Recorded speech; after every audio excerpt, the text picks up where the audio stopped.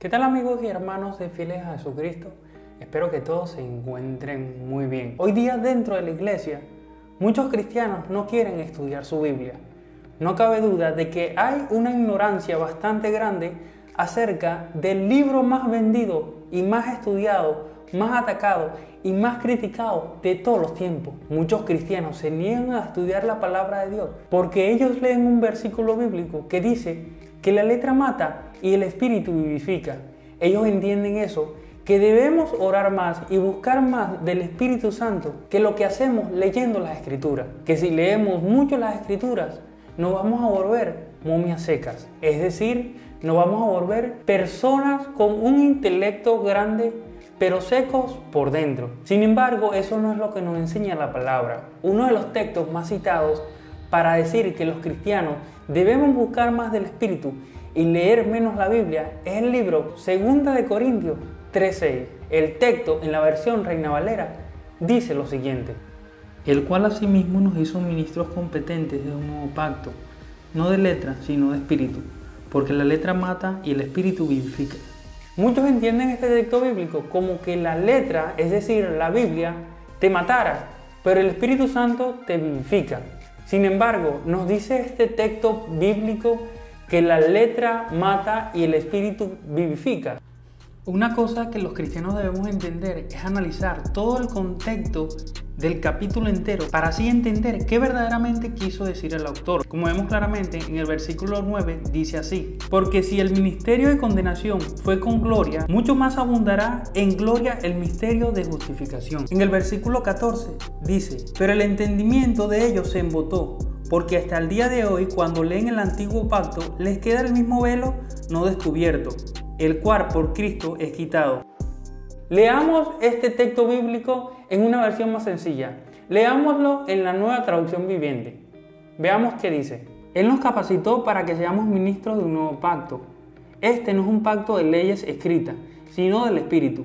El antiguo pacto termina en muerte, pero de acuerdo al nuevo pacto, el Espíritu da vida. Señores, el texto en una versión más correcta de la Biblia y más sencilla nos dice que lo que viene hablando este versículo bíblico es acerca de la ley y la gracia.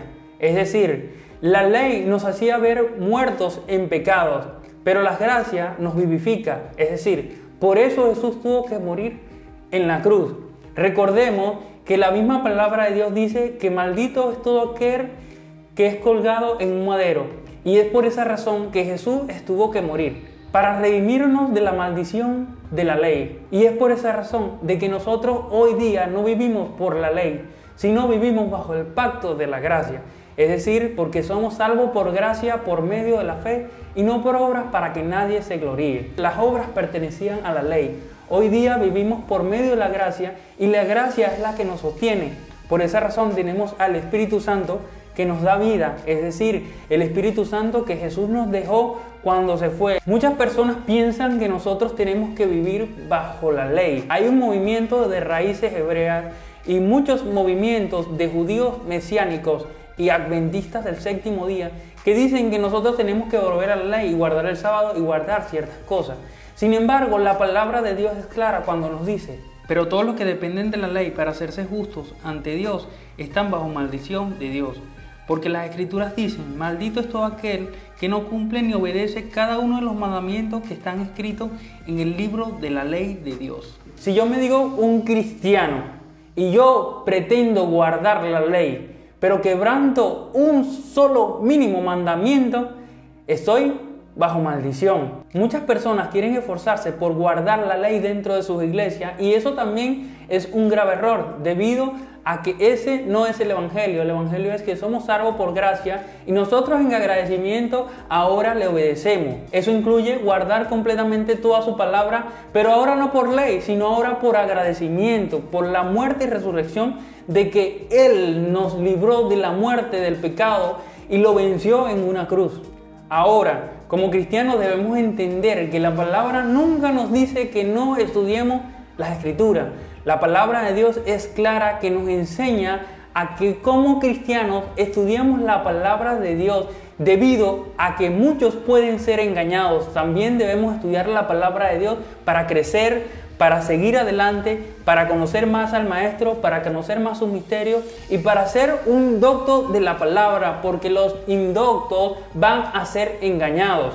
Un caso que ocurrió en el libro de Hechos fue cuando el apóstol Pablo fue a los cristianos de Berea y se dio cuenta que los cristianos de Berea eran más nobles, es decir, estudiaban la palabra de día y de noche para ver si las cosas que Pablo les predicaba, les decía, les hablaba, eran así. Es decir, esos cristianos no se dejaban engañar, sino que estudiaban la palabra de Dios y eran constantes en el estudio de todo lo que tiene que ver con relación a Jesús. El apóstol Pablo también le escribe a Timoteo lo siguiente: entre tanto que voy, ocúpate en la lectura, la exhortación y la enseñanza.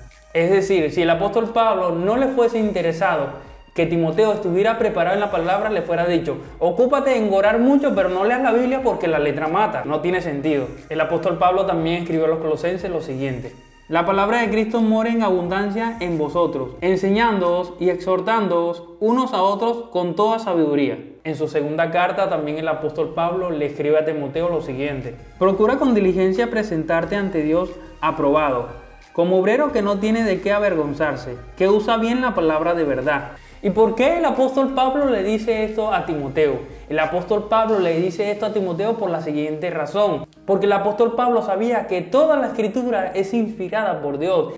Toda la escritura es inspirada por Dios, útil para enseñar, para redarguir, para corregir, para instruir en justicia.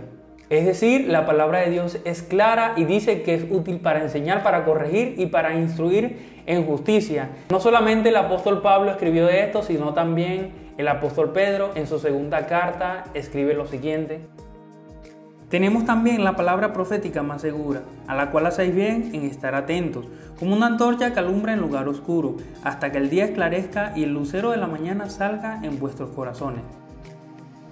Ahora, Jesús también dijo que Él, todo lo que escuchó del Padre, nos lo dio a conocer. Y es por esa razón de que dijo que el Espíritu Santo nos recordaría todas las cosas que Él nos habló, sus palabras que fueron escritas por los santos apóstoles y los santos de Dios, aquellos que caminaron y que murieron y que dieron su vida por Jesús. Jesús también oró por su pueblo, es decir, por sus discípulos, y dijo: Señor, haz los santos en tu verdad, tu palabra es verdad. Hermanos, como cristianos hoy día muchas personas no han entendido que el estudiar la palabra es necesario, debido a que hoy día hay muchas falsas enseñanzas en todas las redes sociales y YouTube, y muchos están siguiendo estas falsas enseñanzas.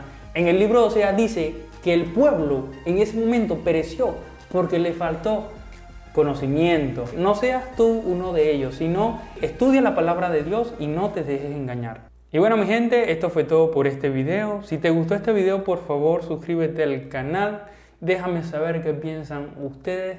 Nos vemos en un próximo video. Hasta la próxima.